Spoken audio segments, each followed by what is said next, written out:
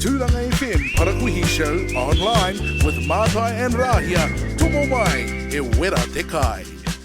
Iwa te kau mātai ira whitu ki te iarere, iwa te kau mātai ira whitu ki te ipurangi. Turanga FM Parakuihi show on air and now online with Matai and Rāhia. And it's Whakarongo Friday!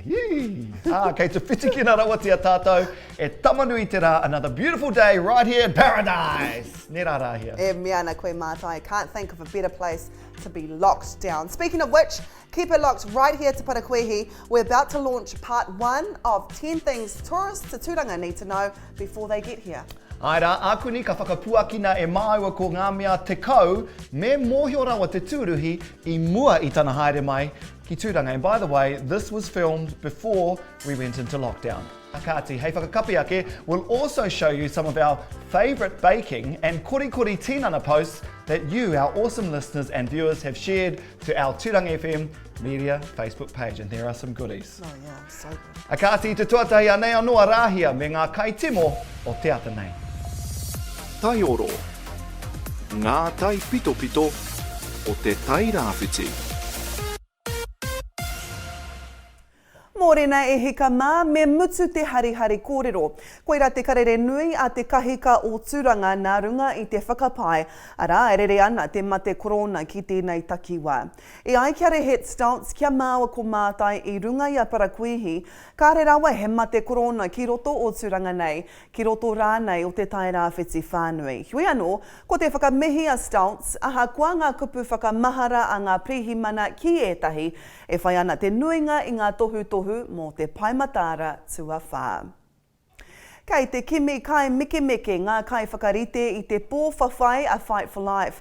He kaupapa kohi pūtea mā te karapu meke o Patutahi e whakahaere tiana a te marama o Tihema.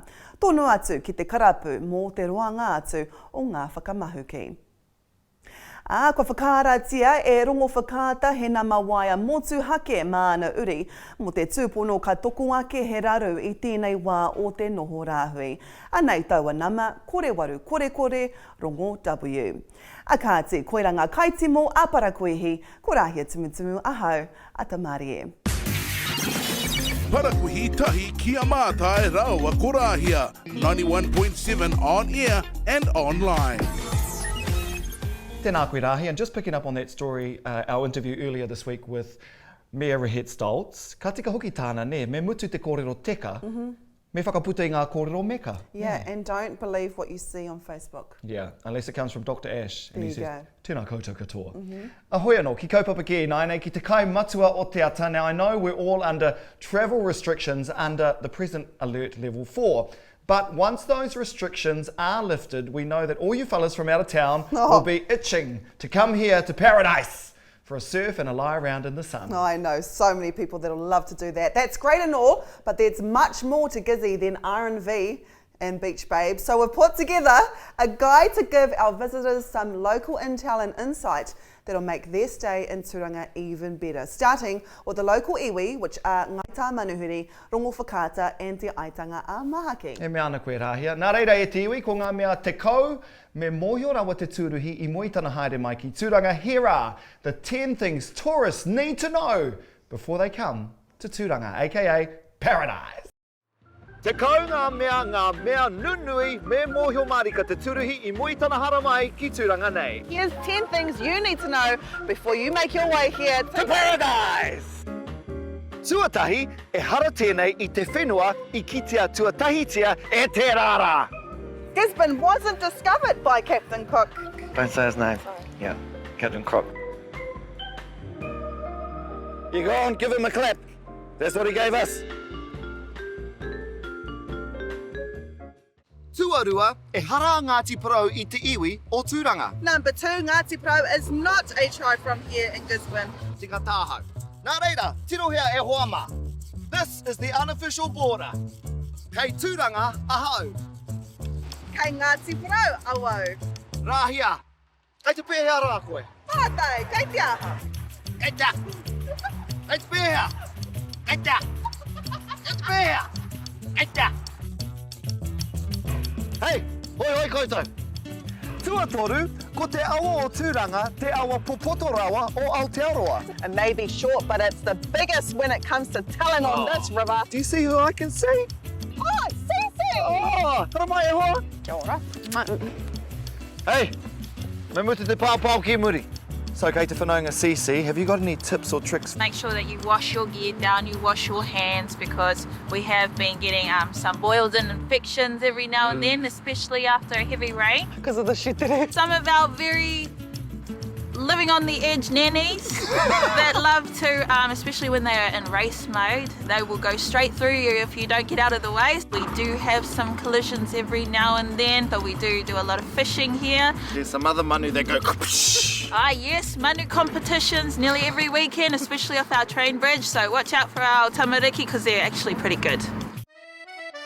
Tuawha, ka riko mai I te parawa rewana, ka hokana atu I te toa, arā te toa, Kaiti Bakery, I konei, te Kaiti Hub. We've been told to arrive here before noon if you do want to get a full one. Tika tāhau. Speaking of noon, what rhymes with noon? Meng Foon, he used to own this place.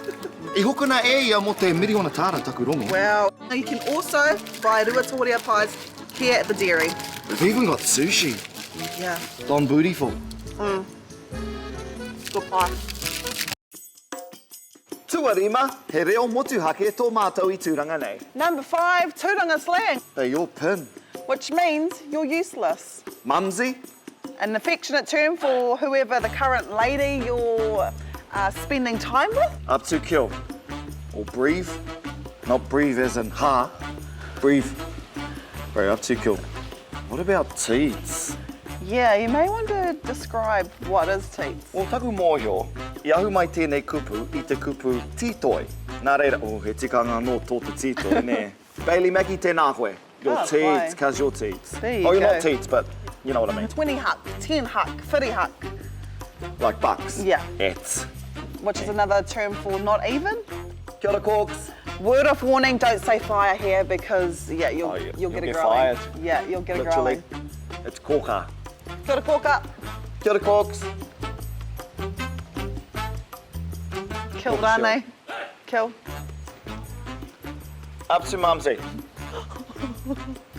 Oh, Gilsa is going for a hiko To get 20 huck. from a breathe. And a hairy. Your pin. Up kill. I kanga koe. Ka hore. Yes. I he pē tō whakarongo. Hoi anō, we'll have part 2 of our list of 10 things tourists to Turanga need to know before they come to paradise early next week. Well, as our loyal listeners know, we love our kai on the Parakuihi show. mea ana koe. And we are salivating over the baking posts you've been sharing on our Turanga FM media Facebook page. Let's have a look at some. Oh, look at this. Tēnei parawa rewana nei. Mūtinga mai o te reka. Nā taku kōka tonu tēnei I tunu. Auntie Katie Nepia, she's actually my neighbour. Kei manutuke māue noho ana. Did she hook it up? No, she didn't. Not that I hold that against you, Auntie Katie, but if there is any left, me he toinga wāu, kāti, ki taku pauaka pau tāpeta. Ka pai. And Kia Meryl ora. Walker has shared her sponge cake. Oh, look at my that. gosh, that looks like a cloud. Ah no, he kapua. Ai, Yum. Yum. waiwai ana te waha. Hei whakakapi ake, well, we all love a good donut. Oh, do we what? And look, there's enough there to feed all 3 major iwi here. Rongo Whakata, Ngai Tā Manuhi, and Te Aitanga Mahaki, Angeline Maynard. And she was kind enough to send us the recipe as well. Yep, so I have saved her donut batter recipe Ooh. and I shall make it when we get time. Yeah. Speaking of time, it's time now to have a look at some of your posts regarding kori tinana, because if you're going to do all that baking and eat all that kai, me whakangungu tinana ka tika ne? Yep. Timata mai iawai. Terry Rangihuna Taylor. Oh, kasi. Kia ora. He has got Aw. a photo with himself doing a workout, obviously, but with his little peepee over there as well. Taku I rā mutu reia. Yep, Ko te roa tāhua. and his beautiful partner Renee as well. How heavy do you reckon those weights are? Tens? We're struggling. Ka ti te whakatoi. She's only joking, cousin Terry. Yeah. Whakatoi noiho. Moving on, ki Tāmaki Makaurau. Why are we going to Tāmaki Makaurau? Well, kei reira taku whanaunga, Anahira Higgins, no Ngāti Konohi, whangara mai tawhiti tūturu. She has gone out on a little walk and there's what she's seen. Yeah. Nothing. You would no never. cars.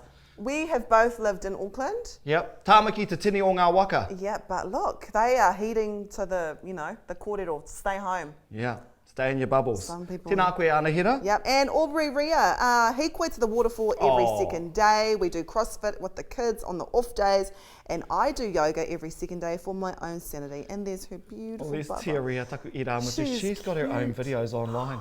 She's got a huge following too. I wonder if she sang our song there. Tu mai rā, no doubt. ahi titi. Oh, she is so cute. E mea ana koe, kāti. Hei whakakapi ake, Mandy Campbell no Waituhi. There she is with her whānau playing a little bit of handball. Ka pai, ka mautuihi ngā kōrero ko tukuna mai e koutou. And of course the thing is, if you're going to do all that baking at home, well, you need to get out and do some korikori tinana. Because if you're in your bubble and doing baking, you don't want to walk out of there as a bubble. Turanga FM Parakuihi show online with Matai and Rahia. Tomo mai, he wera te kai.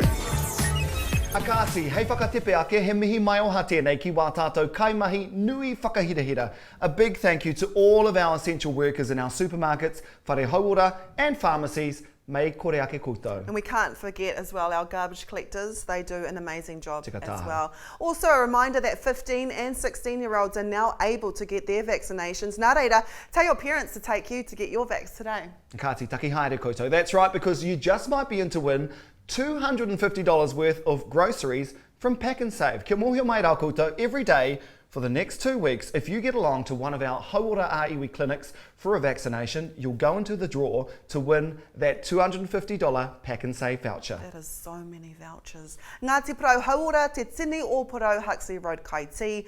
Turanga Health, Harriers Club, Innes Street, Elgin. The winners will be announced live on the Parakuihi show, 91.7 FM. That is quite exciting. Akati, hoki mai anō a tērā wiki. We'll have the second part of the 10 things tourists need to know before they come to Turanga. But until then, be safe, be a good Turanga tangata, and don't spread mate korona rumours on the pukamata. Whakapūmautia ngā kāwai tangata, kia manawanui, kia matara. Hei kona mai rā.